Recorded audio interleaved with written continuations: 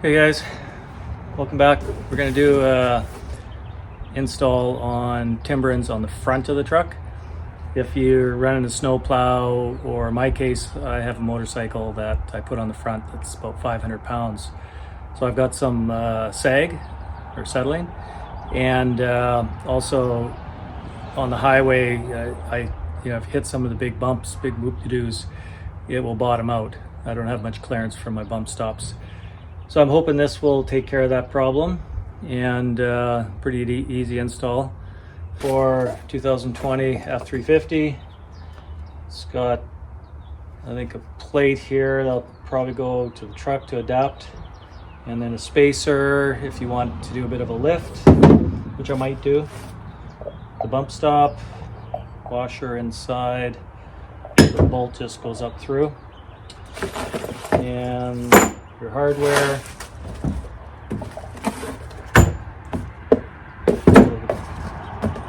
both sides, and some basic instructions. Part number for my truck is FF350 SDC. So it's pretty straightforward, and it does say clearance instructions. Pickups and vans should have 1/2 inch to 1.5 inch gap between the rubber spring and the contact point when empty. Partial load of the vehicle will reduce or eliminate the gap. So I only have about 2 inches currently, so not sure how that's going to work.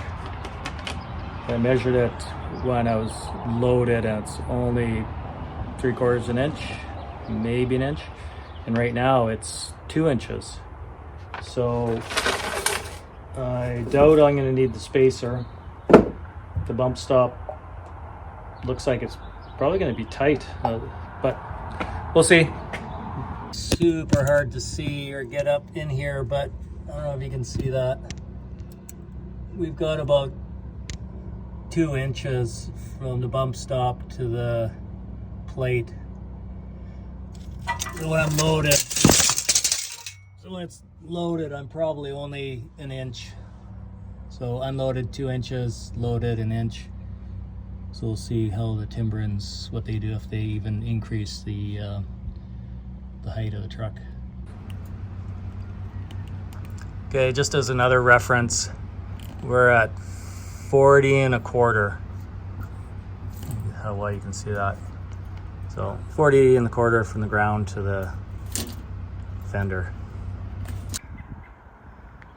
Okay, I got the passenger side off, and here's the plate with the 10 millimeter, 10 mil bolt that goes up like this onto the frame. There's a little notch for the spin.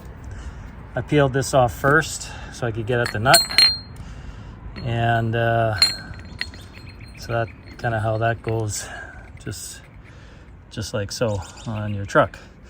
So now I just have to measure with the new plate, and whether I need a spacer. I don't think I will, so I can still maintain that 2 inches. So maybe squeeze that back in and just measure it. Okay, I tried to squeeze it back in, it's too hard, so I just balanced it on the screwdriver. Take the measurement from the old bump stop to the new one, and we're about 2 inches. So that's going to be pretty much tight according to the instructions.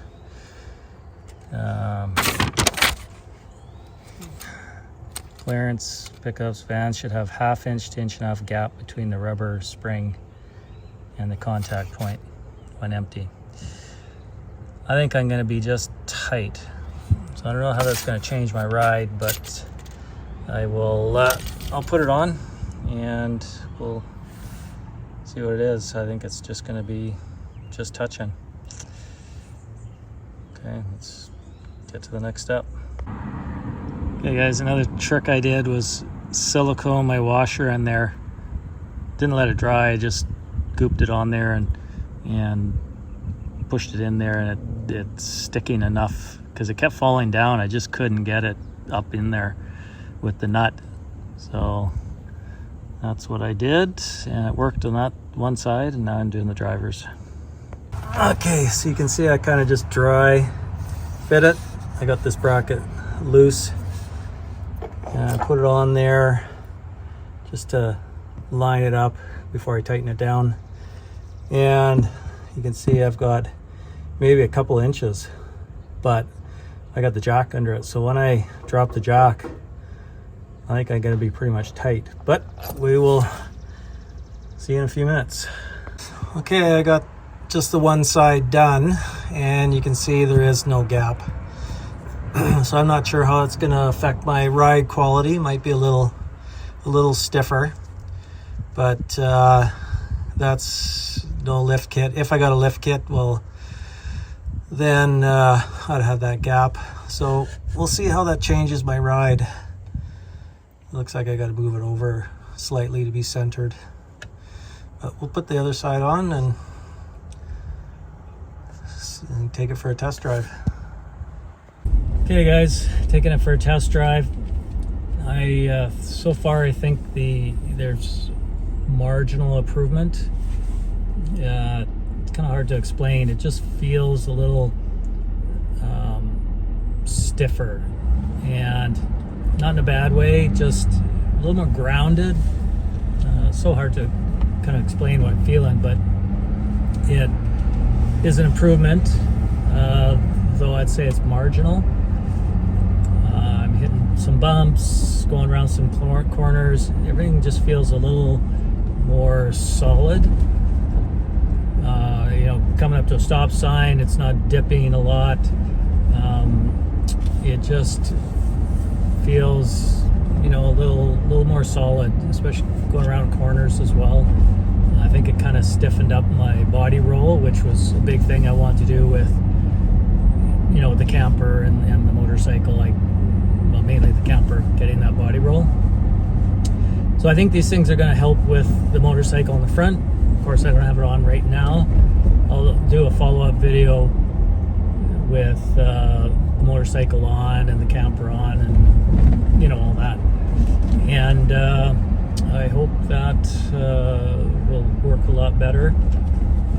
You know, fix the problem that I'm experiencing with kind of bottoming out on some big bumps and that sort of thing.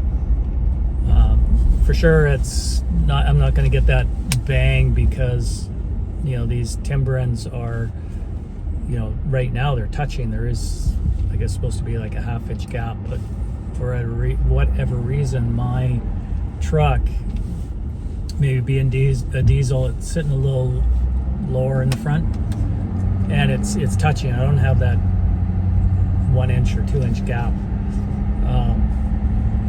So I think, you know, it's going to help with body roll, even unloaded, but for sure it will help with the motorcycle. Once I get that on, that'll just stiffen it up. So I hope you found this video helpful. It's an easy install.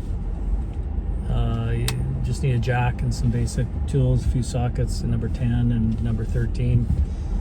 And it only took about an hour and a half, a little longer, trying to video a few things. But I think it's worth the price, better than spending $7,000 on a Carly system. Though if you're doing, you know, a bunch of real heavy duty off-roading stuff, you probably want to spend that money. But for a truck and camper, motorcycle on the front or whatever on the front, snowplow, I think these Timbrens are the way to go. Thanks for watching.